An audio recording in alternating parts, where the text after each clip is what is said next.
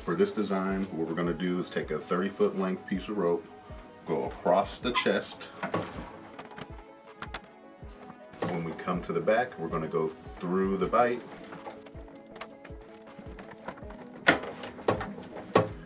And we're going to reverse tension, trying to keep the bite in the center. We're going to come back across the lower end of the chest. Then we come back, we're going to go through the second bite made, send the rope through, pull it through, pull it down while leaving a loop, send the rope behind all lines and through the loop.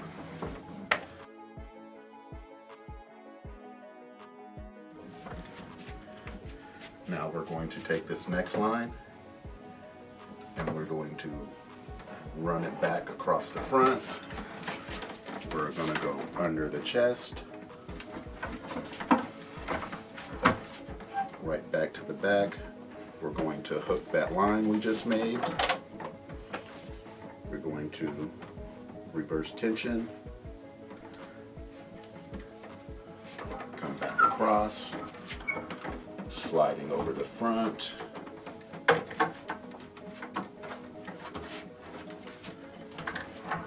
come to the back, repeat what we did at the top.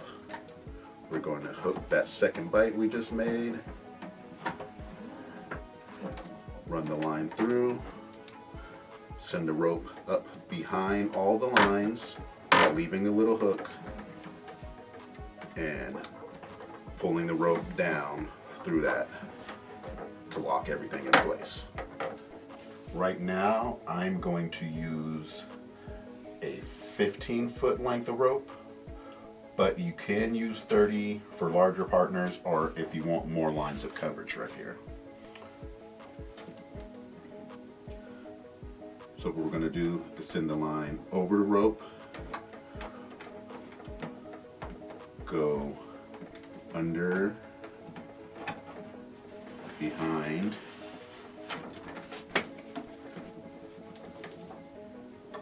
it helps if you leave this other one this direction. So once you come up from behind this line, we're going to the left. We're going to the left. We're sending the line behind the rope. Then we're coming up between that to complete the cow's head or a lark's head. And then we'll be doing the same for this top line. Go up and over. When we come down, because we're going to the left, we're going to move the rope to the left, go up behind while leaving a loop,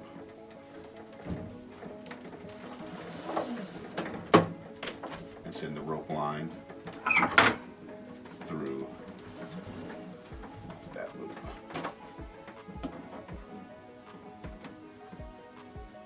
Now for this side, we're going to do the same thing.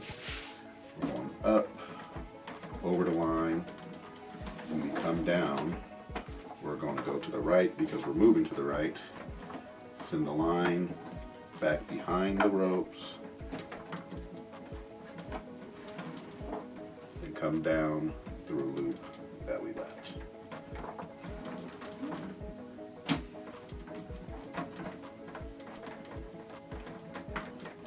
And we're going to repeat this design on top and bottom until we get near the shoulder.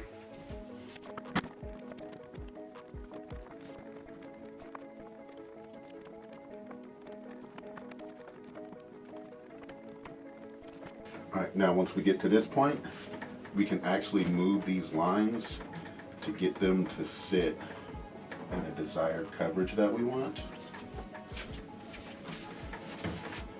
And slip them in place, you know, to try to get them more symmetrical or just whatever vibes you're feeling. If you went with a 30-foot line, you can make way more lines and have more coverage, and you'll end up with more rope right here for when we do the shoulder straps. I'm not exactly sure what they're called on Jasmine's design. But, so now once we end, I choose to end on the bottom, but you could also end at the top. It's just the same thing. We're just going to go to the back and then we're going to grab this line, whether it's top or bottom. So we're going to take this line, come here to the back. We're going to come here to the back. We're going to do a cow's hitch. Once again, up and around. And see, with the 15 foot, we only have enough for one line, and this is why I didn't get rid of this line earlier. But if you have excess line right here, you can just wrap it around the top, the bottom, or the stem just to deal with the excess rope. I choose to use it as part of the shoulder design. That way, there's just less bulk in the back. So we're going to run this line across. Come over here. We're going to cow's hitch.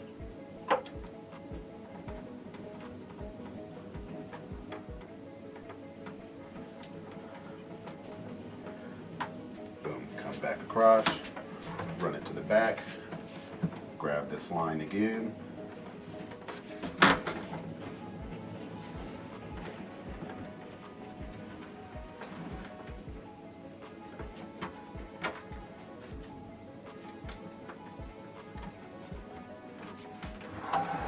And then we're going to finish off over here.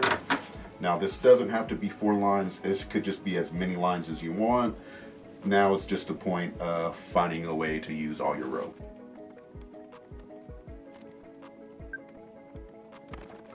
And then repeat on this side.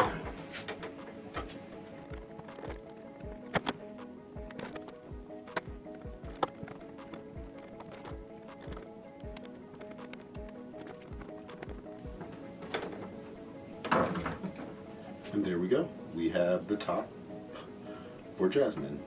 Okay, for the bottom, we're going to take 2 30-foot pieces of rope and put it around like this, put it through, and just put it and do a Lark's head single column, just doubled up. So wrap around, go through the bite, reverse tension, make a loop, and pull through.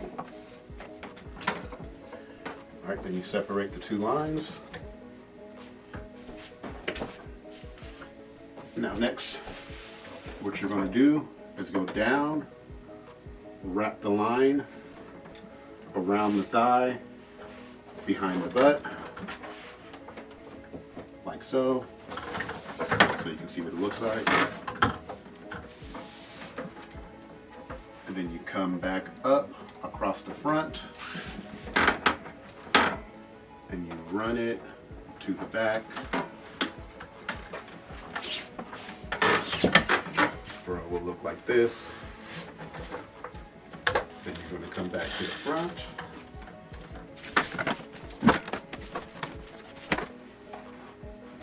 Then you come back to the front. I prefer to keep the rope on the outside, so when you bring it back around, have it on the outside. And since we're doing a weaving pattern, this line's above this line, so we're going to make this next line under. And pull that through. Repeat here on the other side.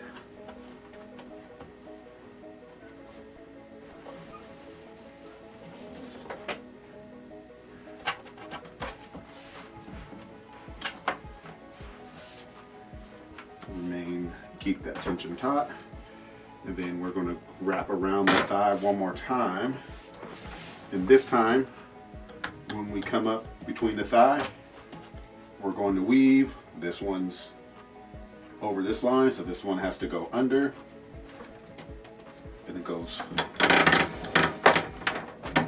over the next line, under this line,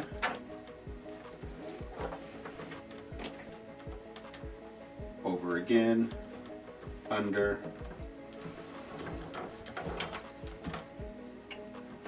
over, under. And so there's two finish offs. I'll show you the one on this side where we're just gonna bring this line down for a garter look. I'm going to wrap, come here, grab on cinder, reverse tension, and go back, come again through the new bite, reverse tension, come back,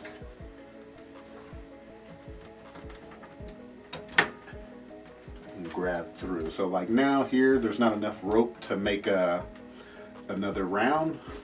So we're going to weave it to lock off. We're gonna go under, over, under, over.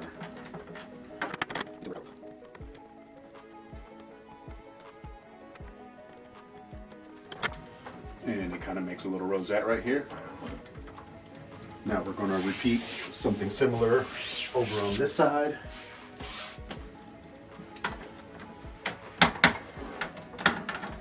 So when we come back around again with the weave, under, over, under, over.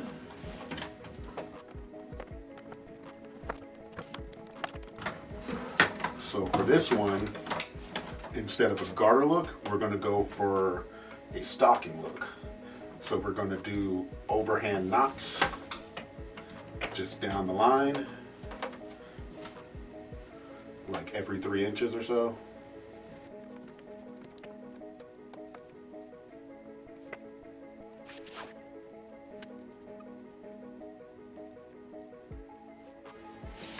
And then when we get to the bottom, once we get to the ankle, we're going to go to the heel and we're just going to do a shoestring tie, a square knot right here.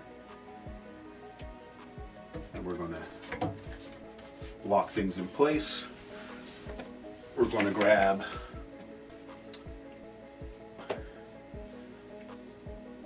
a 15-piece of rope.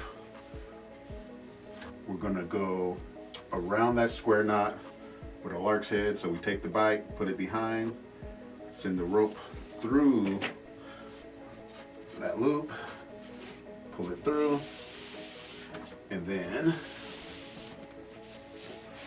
we're going to come back to the front and we're going to open up these lines for the stocking fishnet pattern. So then we grab it, open it up. You can go over or under, it doesn't really matter. And when you come to the back, you're just pretty much crossing over. So the design doesn't matter that much. You're just crossing over and you're just working your way up the knots.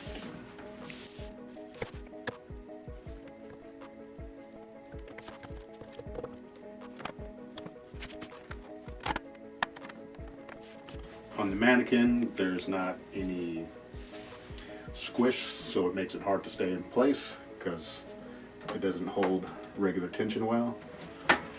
And then when we come to the back,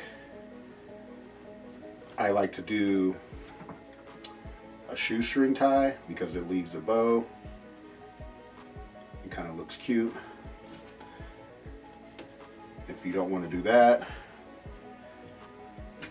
you can square knot it up just to lock things in place.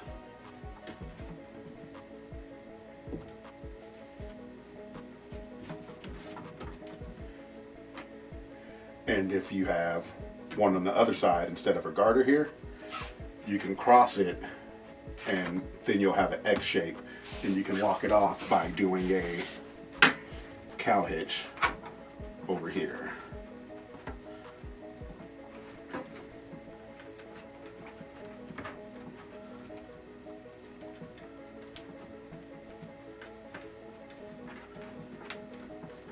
And then you just wrap the excess rope around here.